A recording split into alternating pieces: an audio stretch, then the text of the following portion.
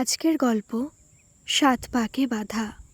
লেখিকা আমি, মল্লিকা হীরা। অগ্নি, তুমি আমাকে ছেড়ে যেও না প্লিজ। আমি তোমাকে ছাড়া সম্পূর্ণ একা হয়ে যাব। আমি কি করেছি এমন যে তুমি আমাকে ছেড়ে চলে যেতে চাইছো? অগ্নি, অগ্নি যেও না। গড়িয়ার কাঠের বাড়ি রেস্টুরেন্ট থেকে বেরিয়ে গেল অগ্নি। অন্যদিকে প্রমিতা এক বুক কষ্ট নিয়ে রেস্টুরেন্টের গেটের সামনে দাঁড়িয়ে আছে। অগ্নি তার কোনো কথার উত্তর না দিয়ে নিজের গাড়ি করে বেরিয়ে গেল। অগ্নি এখন কলকাতার নামকরা কোম্পানিতে চাকরি করে। অর্থ প্রতিপত্তি কিছুই কম নেই তার, কিন্তু গত ২ বছর আগে পর্যন্ত অগ্নির সামাজিক আর্থিক অবস্থা এমন ছিল না। মধ্যবিত্ত ঘরের ছেলে ছিল সে। বিধবা মাকে নিয়ে সে থাকত। বিশ্ববিদ্যালয়ে পড়াকালীন অগ্নির সাথে পরিচয় হয়েছিল প্রমিতার। প্রমিতার বাবা প্রমথেশ কলকাতার এক স্বনামধন্য ব্যবসায়ী।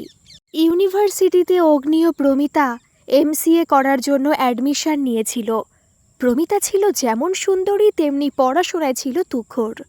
প্রথম ১ মাস অগ্নি ও প্রমিতার কোনো কথাই হয়নি। প্রমিতাদের একটা আলাদাই জোন ছিল। ক্লাসে প্রমিতা ছিল অনেক ছেলেরই ক্রাশ। অর্থবান সুদর্শন অর্ক ক্লাসের প্রথম দিনই প্রমিতাকে প্রপোজ করেছিল, কিন্তু প্রমিতা কোনো রেসপন্সই করেনি। দেখতে দেখতে ১ মাস কেটে গেল। সিনিয়ররা এইবার ফ্রেশার্স পার্টির আয়োজন করলো। সেই প্রোগ্রামে একটা পার্ট এমন করা হলো যে ছেলেদের ও মেয়েদের নামের চিরকুট আলাদা আলাদা থাকবে। সিনিয়রদের মধ্যে একজন একটা ছেলেদের চিরকুট তুলবে এবং একটা মেয়েদের চিরকুট তুলবে, এবং সেই দুজন মিলে র্যাম্প ওয়াক করবে। সেরা জুটি পাবে পুরস্কার। সেই জুটিগুলির মধ্যে অর্কর সঙ্গী হলো ফাল্গুনী, যে অর্ককে আগে থেকেই পছন্দ করত, এবং অগ্নির সঙ্গী হলো প্রমিতা। স্বাভাবিকভাবেই অর্ক মনে মনে ব্যথিত হলো। এদিকে সাধারণ অগ্নি এইসবের কিছুই বোঝে না। কম্পিটিশন শুরু হওয়ার আগে ১৫ মিনিট সময় দেওয়া হয়েছিল। প্রমিতা বলল, তুই পারবি তো র্যাম্প ওয়াক করতে? আমি আগে কখনো করিনি। আমি মনে হয় খুব করেছি। একটু প্র্যাকটিস করলেই বেড়ে যাবি। সব কিছু অত সোজা নয় যে ১৫ মিনিট প্র্যাকটিস করলাম আর শিখে নিলাম। আরে বাবা, ঠিক আছে, এটা তো কোনো ফ্যাশন ডিজাইনিংয়ের কম্পিটিশন নয় যে একদম পারফেক্ট করতে হবে। একটু মোটামুটি প্র্যাকটিস করি। আমি তাও মোটামুটি একটু পারবো, কিন্তু তুই একটু এফোর্ট না দিলে তো হেরে যাব। ঠিক আছে, করবো প্র্যাকটিস, কিন্তু তোকে জেতানোর কোনো কথা দিতে পারছি না। ১৫ মিনিট পর র্যাম্প ওয়াক শুরু হলো। প্রথম রাউন্ডে ৫ জুটি উত্তীর্ণ হয়। সেখানে অর্ক ও ফাল্গুনী এবং অগ্নি ও প্রমিতাও থাকে। কিন্তু দ্বিতীয় রাউন্ডে ক্রস করার সময় ফাল্গুনী প্রমিতাকে পায়ে ল্যাং মারে এবং প্রমিতা পড়ে যাওয়ার আগেই অগ্নি ওকে ধরে ফেলে। ফলত তারা ফাইনাল রাউন্ডে পৌঁছতে পারে না। এই ঘটনা সবাই স্বাভাবিক ভাবলেও অর্ক বুঝতে পেরে ফাইনাল রাউন্ডে ইচ্ছে করে হোঁচট খেয়ে বিপরীত জুটিকে জিতিয়ে দেয়। রেজাল্টের শেষে ফাল্গুনী বলল, তুই এটা কেন করলি? এতটা আসার পর এইভাবে হারিয়ে দিলি? সবাই আমাদের সেরা জুটি বলতো, কিন্তু তুই সবটা ভেস্তে দিলি। অন্যায় করলে তার ফল পেতে হয় ফাল্গুনী। ইচ্ছে করে তুই প্রমিতাকে ফেলে দিতে চেয়েছিলি। এটা না করলে ভেবে দেখতাম আমি। ফাল্গুনী রাগে জ্বলতে থাকে। অন্যদিকে প্রমিতা অগ্নির কাছে ক্ষমা চাইতে থাকে যে সে তার জন্য জিততে পারেনি। অগ্নি বলে, প্রথমত আমার জেতার কোনো ইচ্ছাই ছিল না, আর দ্বিতীয়ত তোর সরি বলার কোনো প্রয়োজন নেই, কারণ তুই যথেষ্ট এফর্ট দিয়েছিস। ওটা কোনো ব্যাপারই না। সেই থেকেই অগ্নি আর প্রমিতার বন্ধুত্ব শুরু হয়, এবং সেই বন্ধুত্ব আস্তে আস্তে গাঢ় হতে থাকে। অর্কও তার হাল ছাড়ে না। একদিন অর্ক প্রমিতাকে বলে, আমি তোর জন্য সারা জীবন অপেক্ষা করব প্রমিতা। তুই এখন যখন চাস না তখন আমি জোর করব না, কিন্তু আমি তোকে সত্যি খুব ভালোবেসে ফেলেছি। প্রমিতা জানায়, সরি রে অর্ক, আমি অগ্নিকে ভালোবাসি। আমি ওকে ছাড়া কারোর কথা ভাবতেই পারি না। 1টা বছর হয়ে গেল আমি তোর জন্য অপেক্ষা করছি, আরও করব, তাও তোকে এখন জানালাম। কিন্তু তুই অগ্নিকে ভালোবাসিস সেটা আগে কখনো বলিসনি তো। আসলে সেরকমভাবে আমিও বুঝতে পারিনি। আজ যখন তুই বললি তখন আমার মনে হলো সত্যি আমি অগ্নিকে ভালোবেসে ফেলেছি। ও আচ্ছা, ঠিক আছে, ভালো থাকিস তোরা। এই কথাগুলোই অগ্নি পেছনে দাঁড়িয়ে সব শুনেছে। প্রমিতার সামনে আসতেই অগ্নি বলল, তুই আমাকে ভালোবাসিস প্রমিতা? আমি কোনোদিনও তোকে সাহস করে বলতে পারিনি আমিও তোকে ভালোবেসে ফেলেছি প্রমিতা। দেখতে দেখতে ওদের এমসিএ কমপ্লিট হয়ে যায়। কয়েকদিন যাওয়ার পর অগ্নি বলে যে, প্রমিতা, কি করব এখন? একটা চাকরিরও খুব দরকার। আমি তোমার যোগ্য না প্রমিতা। তুমি এত বড় ঘরের মেয়ে, আমি তোমাকে সুখে রাখতে পারবো না। তুমি কি ভুল করলে আমাকে ভালোবেসে? কেন ভুল করব? অদ্ভুত কথা বলছো তো। আমি তোমাকে ভালোবাসি অগ্নি। তুমি চিন্তা কেন করছো?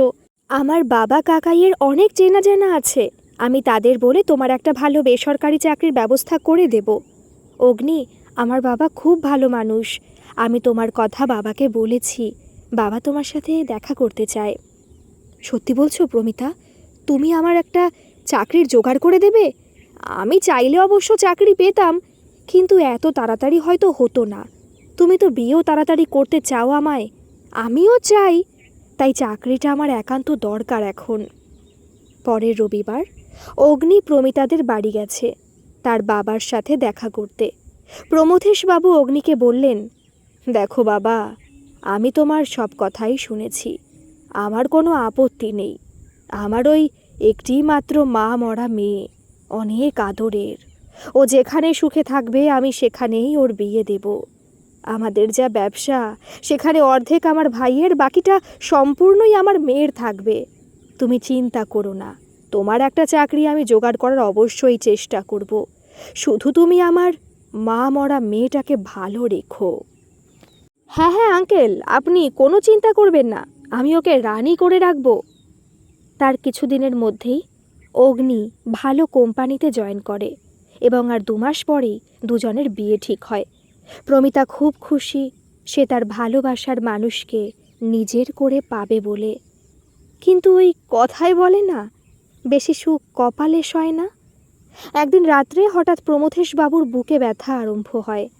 ডাক্তার আসতে আসতেই তিনি প্রাণ হারান। প্রমিতা এখন পিতৃমাতৃহীন এক মেয়ে। অগ্নি তাকে সব রকমভাবে সাপোর্ট করছে। এর মধ্যে গোদের ওপর বিস্ফোরা হয়ে তার কাকাই প্রমিতার সরলতার সুযোগ নিয়ে সম্পত্তি, ব্যবসা এবং সব কিছু নিজের নামে করে নেয়। প্রমিতা কোনো প্রতিবাদ করতে পারেনি। এমনি পিতৃবিয়োগের দুঃখ সে কাটিয়ে উঠতে পারেনি। কি করে সেই ক্ষমতা পাবে এর প্রতিবাদ করার? কিন্তু অগ্নি প্রতিবাদ করল। সে বলল, প্রমিতা, তোমাকে প্রতিবাদ করতেই হবে। এত সম্পত্তি, এত টাকা পয়সা তুমি হাতছাড়া করে ফেলবে? তুমি এর প্রতিবাদ করো, আমি তোমার সাথে আছি। অগ্নি, আমার এইসব কিছু চাই না। তুমি আমার সাথে থেকো শুধু। তুমি যা এখন ইনকাম করছো সেটা তো অনেক, আমাদের তো খুব ভালোভাবে চলে যাবে। থাক না, বাদ দাও, আমার আর ভালো লাগছে না। তুমি ভুল করছো প্রমিতা, খুব ভুল। এত সম্পত্তি হাতছাড়া করে খুব বোকামি করছো। আমাদের কত ভালো হতো বলো তো, কোনো চিন্তাই থাকতো না আমাদের। তুমি আবার এক কথা বলছো অগ্নি, কি করে পারছো বলো তো? তুমি আমাকে ভালোবাসো না আমার সম্পত্তিকে? তুমি এখন যাও অগ্নি, আমার ভালো লাগছে না। অগ্নি কোনো কথা না বলে চলে গেল। 2 দিন হয়ে গেল অগ্নি ফোন করে না। মনটা আর ভালো লাগছে না প্রমিতার। শেষে সেই ফোন করল। কোথায় তুমি অগ্নি? তুমি ফোন করোনি কেন 2 দিন আমায়? কি হয়েছে তোমার? একটু কাজে ব্যস্ত হয়ে পড়েছি প্রমিতা, অফিসে কাজের খুব প্রেশার। এখন রাখছি, পরে ফোন করছি। কিন্তু আরও 3 দিন হয়ে গেল, পরে আর ফোন করল না অগ্নি। আজ রবিবার। প্রমিতা ফোন করে অগ্নিকে কাঠের বাড়ি রেস্টুরেন্টে ডেকেছে। সেখানে এসে অগ্নি সরাসরি জানিয়ে দিল যে সে এখন বিয়ে করতে পারবে না। তার এখনও 2 বছর টাইম লাগবে। আরও অর্থ উপার্জন করবে সে, তারপর সে বিয়ে করবে। কেননা প্রমিতা এখন নিঃস্ব, তার কোনো কিছুই আর নেই। সে একা এত দায়িত্ব নিতে পারবে না। প্রমিতা এই কথা শুনে বিস্মিত হয়ে বলল, কি বলছো তুমি অগ্নি? তুমি যথেষ্ট উপার্জন করো, তোমার আরও চাই? তার মানে এতদিন তুমি আমার সম্পত্তির লোভে আমার সাথে ছিলে? তুমি আমাকে কোনোদিন ভালোই বাসোনি। এরকম করো না অগ্নি, তুমি ছাড়া আমার আর কেউ নেই, প্লিজ এরকম করো না। কিন্তু অগ্নি কোনো কথার উত্তর না দিয়ে গাড়ি নিয়ে বেরিয়ে গেল। রেস্টুরেন্টের সামনে দাঁড়িয়ে প্রমিতার মাথায় আর কোনো কাজ করছে না। কেউ এতটা স্বার্থপর হতে পারে কি করে? কাকে সে ভালোবাসলো এতদিন? কি করবে এখন সে?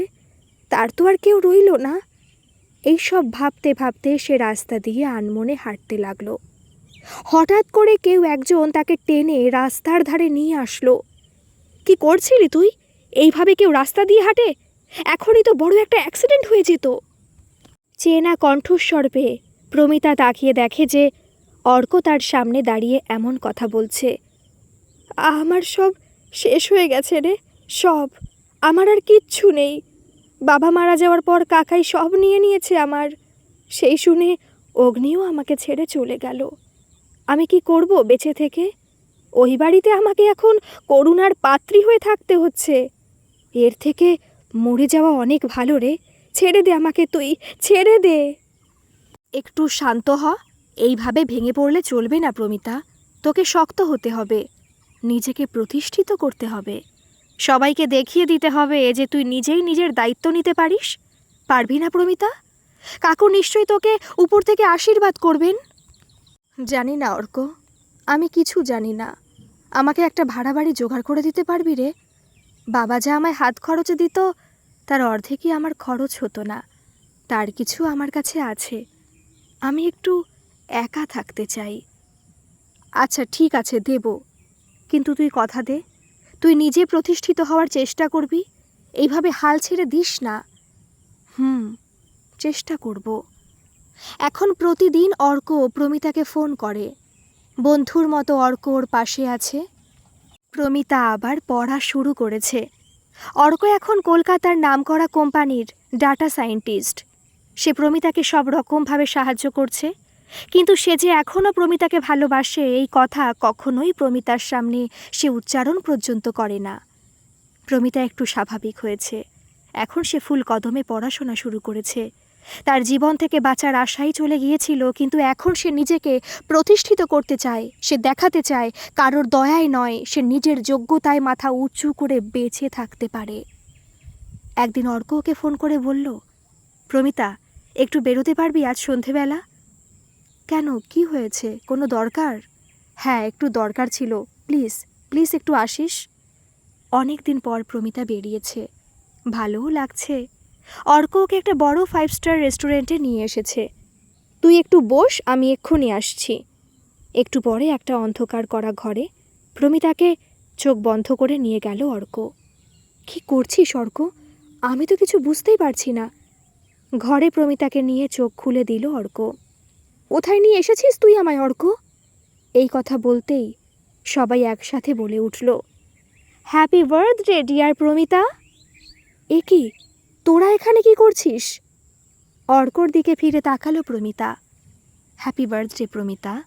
জীবনের সব সুখ আনন্দ যেন ভগবান তোকে দেয়। তোর মনে ছিল অর্ক? বিথি, মন্দিরা, রাহুল, ধ্রুব, তোদের সাথে কতদিন পর দেখা হলো। কতদিন পর। কেমন আছিস তোরা? কতদিন যোগাযোগ নেই। বিথি বলল, তুই তো ইচ্ছা করে যোগাযোগ বন্ধ করে দিলি। যখন থেকে অগ্নি তোর জীবনে আসলো, আগের মতো সে আড্ডাও আমাদের আর হতো না। হঠাৎ প্রমিতার মনটা খারাপ হয়ে গেল। বলল, ওটাই আমার জীবনের সবথেকে বড় ভুল ছিল রে, খুব বড় ভুল। অর্ক বলল, আরে এসব কথা পরে হবে, আগে কেকটা তো কাট। খুব ভালো সময় কাটলো আজ প্রমিতার। সবাই রেস্টুরেন্ট থেকে হই হই করে বেরোচ্ছে। অনেক দিন পর প্রমিতা আজ খুব খুশি। কিন্তু রেস্টুরেন্ট থেকে বেরোতে গিয়ে প্রমিতার সামনাসামনি পড়ল অগ্নি। প্রমিতা স্তম্ভিত হয়ে দাঁড়িয়ে আছে। প্রমিতা দেখল অগ্নির পেছনে ফাল্গুনি দাঁড়িয়ে। সবাই ওদের দুজনকে দেখে বিস্মিত হয়ে গেছে। রাহুল বলল, ফাল্গুনি, তুই অগ্নির সাথে কি করছিস? ফাল্গুনি বলল, হ্যাঁ, আমি অগ্নিকে ডেট করছি। তোদের কোনো আপত্তি আছে? ধ্রুব বলল, আপত্তি থাকতে যাবে কেন? তুই না অর্ককে ভালোবাসতিস, এখন আবার এই অগ্নির সাথে? যে কিনা টাকার লোভে প্রমিতাকে ধোঁকা দিল, এই তোর রুচি? অগ্নি বলল, মুখ সামলে কথা বল ধ্রুব, এটা আমার সম্পূর্ণ ব্যক্তিগত ব্যাপার। মন্দিরা বলল, হ্যাঁ ব্যক্তিগত তো হবেই। যেই দেখেছিস ফাল্গুনির অর্থ প্রতিপত্তি অনেক, সেই ফাল্গুনির প্রতি টোপ ফেলেছিস। বাহ বাহ, খুব ভালো। অবশ্য তোরা দুজনেই সমান। ফাল্গুনি বলল, অগ্নি তুমি চলো তো এখান থেকে, আমরা দুজন দুজনকে ভালোবাসি, আর কি চাই? এদের কথা পাত্তা দিও না। ওরা রেস্টুরেন্টের ভেতর ঢুকে গেল। বিথি প্রমিতাকে বলল, আসলে ফাল্গুনি তোকে সারা জীবন টেক্কা দিতে চেয়েছে। আগে অর্ক তোকে পছন্দ করত, তাই সে অর্কর পেছনে পড়েছিল। এখন তোর এক্সকে নিজের করে নিয়ে প্রতিশোধ নিতে চাইছে।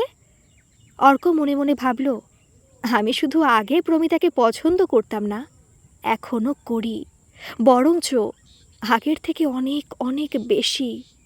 ভাবতে ভাবতেই তাকিয়ে দেখল প্রমিতা একা রেস্টুরেন্ট থেকে বেরিয়ে গেছে। সবাই ওর দিকে দৌড়ে গেল। প্রমিতা বলল, তোরা আমাকে একটু একা ছেড়ে দে।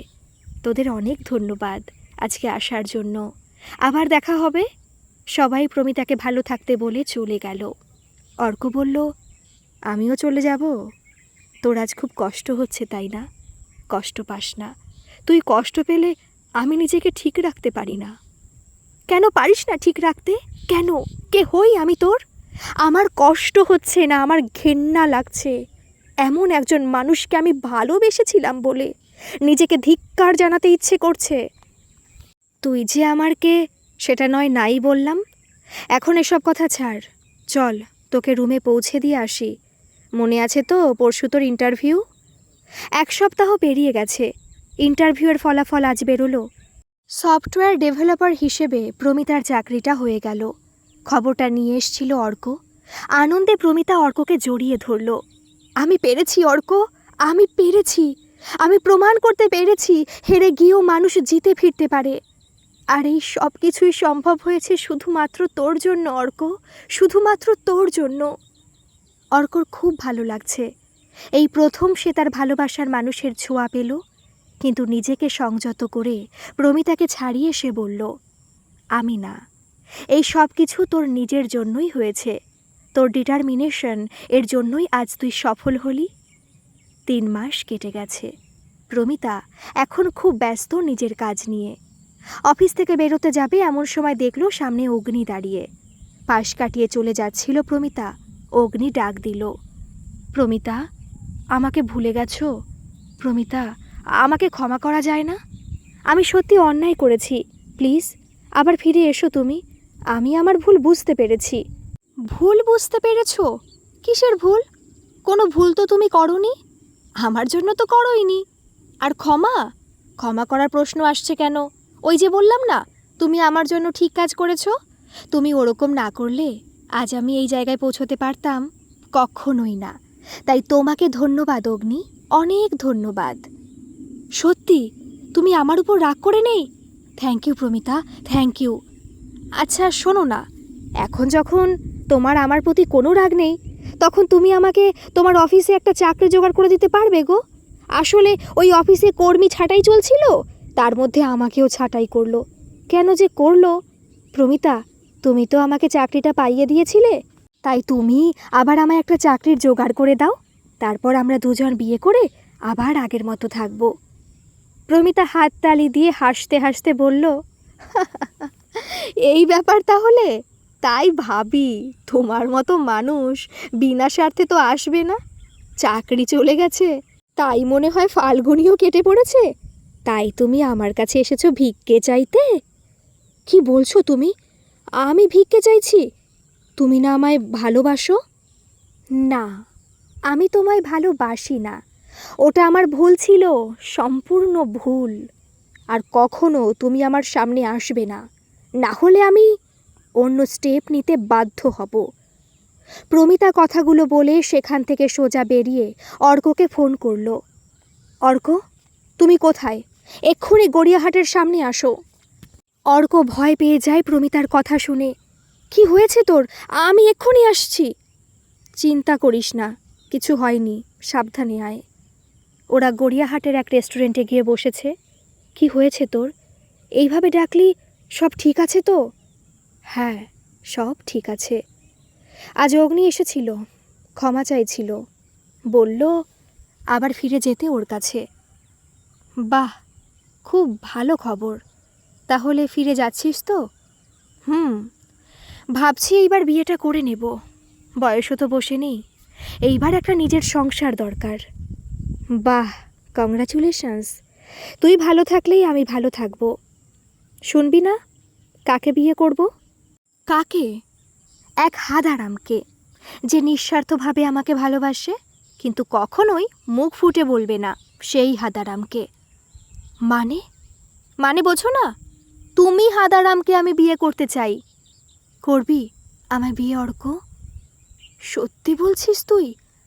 আমি বিশ্বাস করতে পারছি না। কিন্তু তুই যে বললি অগ্নি ফিরে এসেছে। হ্যাঁ, এসছিল তো, চাকরির খোঁজে। ওর চাকরি নাকি চলে গেছে, তাই এসছিল আমার কাছে চাকরির জন্য। আর আমাকে আবার ব্যাংক ব্যালেন্স ভেবে টোপ ফেলতে চাইছিল। ও যদি সত্যি নিজের ভুল বুঝতে পেরে আসতো, তাহলেও আমি ওকে গ্রহণ করতাম না।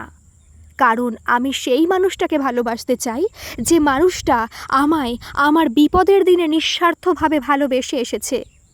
আমি তোকে ভালোবাসি অর্ক, তোকে। আমি তোকে সবসময় খুব ভালো রাখবো প্রমিতা। কোনো দিনও কোনো কষ্ট তোকে ছুঁতে দেব না। আজ অর্ক আর প্রমিতা 7 পাকে বাধা পড়ল। বন্ধুরা সবাই খুব খুশি। আপনারাও আশীর্বাদ করবেন ওদের, যেন ওরা 7 জনম এইভাবে ভালোবেসে থাকতে পারে। অনেক দিন পর আবার একটা গল্প লিখলাম। আগে একটা গল্প লিখেছিলাম, হারানো সুর। আপনারা অনেকেই সেটা শুনেছেন। পড়াশোনার ব্যস্ততার জন্য সবসময় গল্প লেখা হয়ে ওঠে না।